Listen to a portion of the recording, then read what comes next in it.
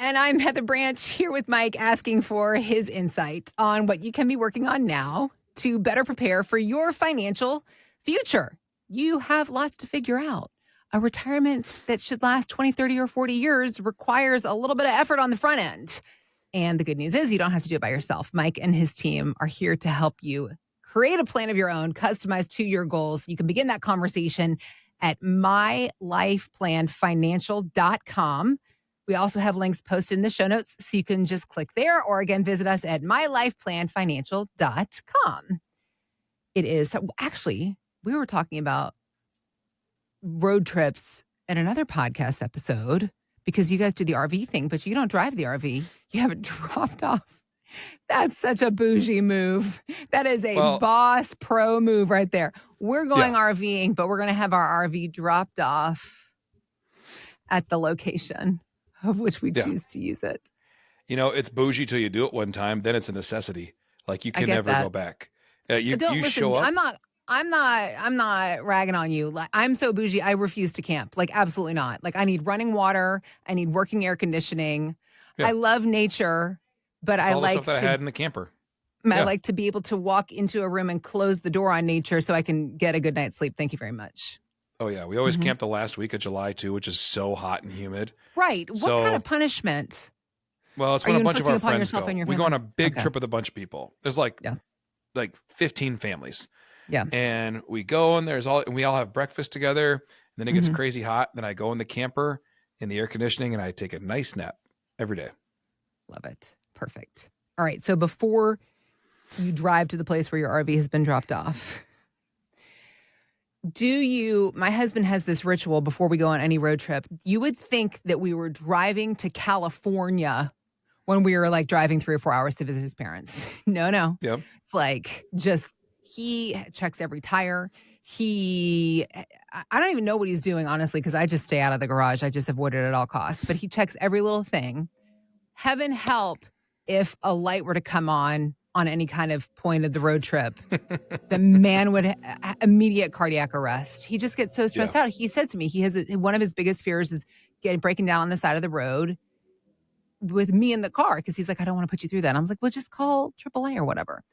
But when it comes to Americans that do not follow my husband's lead, are you one of these people? Are you guilty of leaving a car light on for longer than you should? So we're going back to a bougie thing here. I don't like the fact that when your car light's on, you can't remote start your car.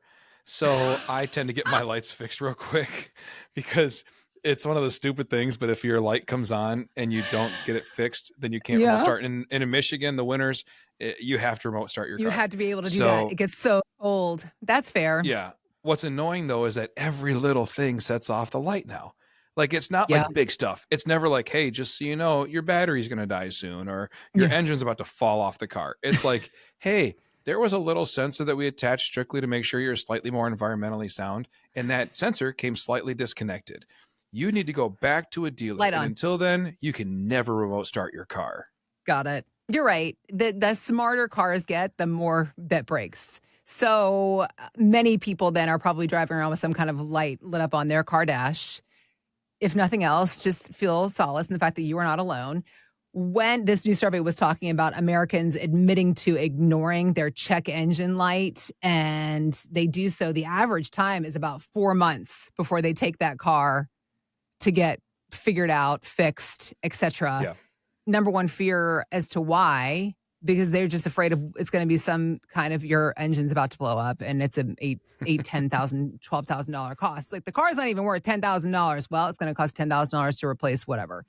Right. And the thing about a car, one, no matter, unless you were speaking about bougie, driving some sort of Rolls Royce situation, your car is nowhere near the value of your nest egg. But the other thing is, at least with the car, when there's a problem, you get the light. Bing, there's a problem here. This is not the case with our savings for the most part. We don't have a little flag that goes up, a little light that comes on when there's a problem. So thinking about the work that you do and the value of the net worth of people that come and talk to you, most of them at least $500,000 or more in their nest egg. When you are doing a review process with somebody, this probably is more often with a new client that comes in and you go through all their stuff. What is it that you look for in their plan to indicate they are on the right path? If there are problems, where are the areas we should be checking? Yeah, there's a lot of check-in points we want to make sure we stay on top of, things that Hmm. you can track over time, because Hmm. sometimes a snapshot doesn't give you any context. We were talking before we came on here about how when you make a big financial decision, sometimes it changes your credit picture or different things for a moment, but they can Yeah. come back. So you want to have a context and not work in a vacuum. But some things we like to track over time, especially, is to see, how is our net worth trending? That's the first thing. Is my net worth Okay. trending up from last year? Am I on a good upward trend? Now, some of that net worth, there's liquid net worth and there's total net worth. So on your balance sheet, your personal balance sheet, your home value, is it rising? Is the area you live in a valuable place to live in? Are you making improvements that increase the value? When you decide, hey, I'm thinking about selling my house, maybe I should do some upgrades, do those actually add to the net worth and the value before you sell it? Those are things Right. to consider. Are we just trending that way? And net worth is a big 10,000 foot view. So it's not something you check weekly, or you probably shouldn't, but it's not Right. something you constantly on top of, but every so often you need to say, all right, where are we? Are we trending the right direction? Are things going the right way? Hmm. The next one is a debt to income ratio. This is one that can kind of sneak up on people. You finance a couple things and you don't realize how much you loaded up on your debt to income. The rule is we want to try and keep the debt to income ratio below 30%. You do Okay. not want your debt running higher than 30% of your income. Um, so that's a good thing to keep track of. And again, that has some fluctuation. Sometimes a big thing hits and we have to pay for a car repair that's $7,000, or our engine goes out, or we have a major home repair, a furnace goes out and we have to pay $10,000, $15,000, and those things spike. Well, it's Does not bad. that We want to be able to pay for them. We just need to build them does in. does sorry to interrupt you. Does that debt to Yeah. income ratio include your mortgage? Because a lot of people's mortgage is more Yeah. than 30% of their income. I like it to include that. So the rule of thumb for mortgages, your mortgage shouldn't account for more than 25 to 30% of your gross income.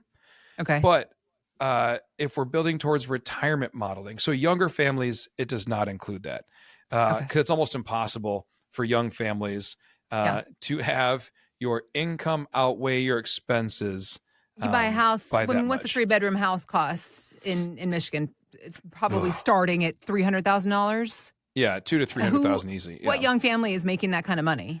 Well, and at 7.5% interest rates. So Right. what they are spending for a $300,000 house is way different than what Kimberly and I spent for our first home, because our interest rate was so Right. much lower. Right. And Okay. so, but that's part of it. And that's why mortgage companies use your debt to income ratio as part of the affordability tool. Because, when we talk about mortgages, your mortgage person will never tell you this house is 300,000. I'm going to get you a 30-year mortgage. And by the time it's all done, you'll pay $480,000. They Mm-hmm. never say that. They Mm-hmm. say the monthly payment is $2,100. Can you afford the monthly payment? Car salesmen do the same thing. They don't talk about how much the car costs. They talk about how Mm-hmm. much it costs per month. Can Yep. you afford this? Yes. Then you can afford this car. And then if you want to make improvements to the car, it's $11 more per month or $35 more per month, because that sounds better than $6,000 for a tonneau cover. So Mm-hmm. they put it in terms of that. And Mm-hmm. that's what we build that all around. Okay. Got it. Another big one is your living expenses. You want to make sure that you're not spending more than 50% of your income on living expenses.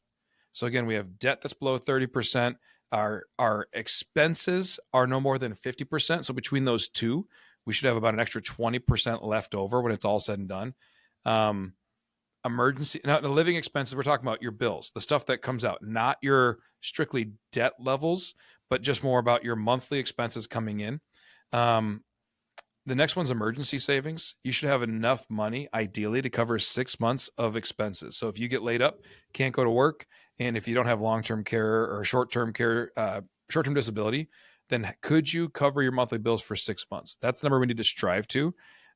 Most people try to start out with getting $1,000 in their savings account, and once you Mm-hmm. get there, then you push past it. But especially as we go into retirement, when you go into that fixed income space and the big things pop up, that's when you would say, all right, well, I need to make sure I have enough to cover those things. But 6 months expense is the rule. Okay. Going back to the credit score. So net worth, debt to income ratio, living expenses, emergency savings. The next one's credit score. Credit score is a tough one because sometimes you make good life decisions and it punishes your credit score. You pay off a mortgage and they close the account And because you close your longest standing account, your credit takes a hit. And it's short term, it's momentary. But remember, your credit score is based on what credit companies believe your likelihood to repay the payments over time, Mm-hmm. not in a moment. Credit cards do not make any money if you pay your balance off every single month. They don't make any money because they haven't charged you any interest yet. They make money on the interest. So the more you put things on long-term payments, the more they reward you with a good credit score. And you stay faithful and you make the payments, including the interest, and they like that. But as a whole, if you can keep your credit score, your FICO score above 700, that's a good place to be, because that means you're going to generally get cheaper rates. If you have a higher credit score, you'll pay lower interest rates on when you do actually finance things. You can still get a financing at a 640 credit score.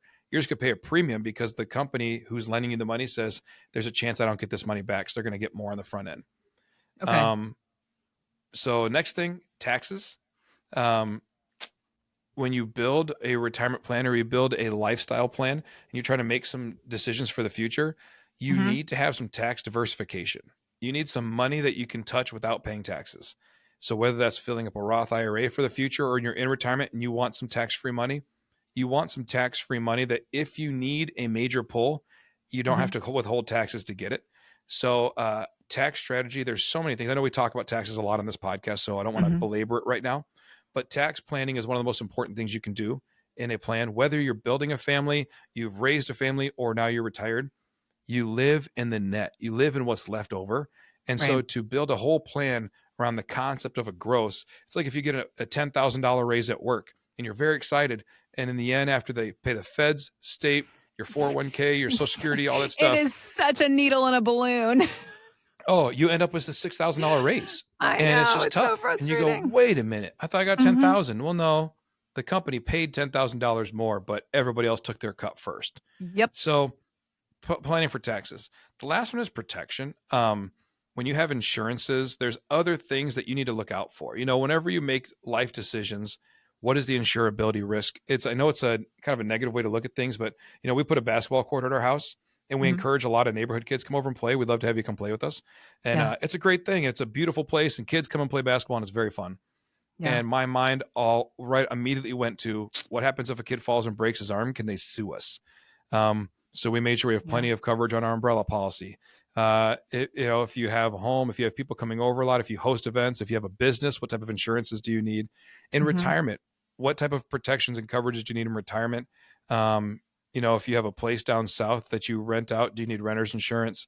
If you're taking your current home and Airbnb-ing it because you're going to snowbird and doing all this stuff, what insurances do you need? There's a lot of different ways we look at insurance, but life insurance, health insurance, Medicare, and all the different levels of Medicare coverage you need, home insurance, auto insurance, all those things matter. Just making sure you're appropriately insured.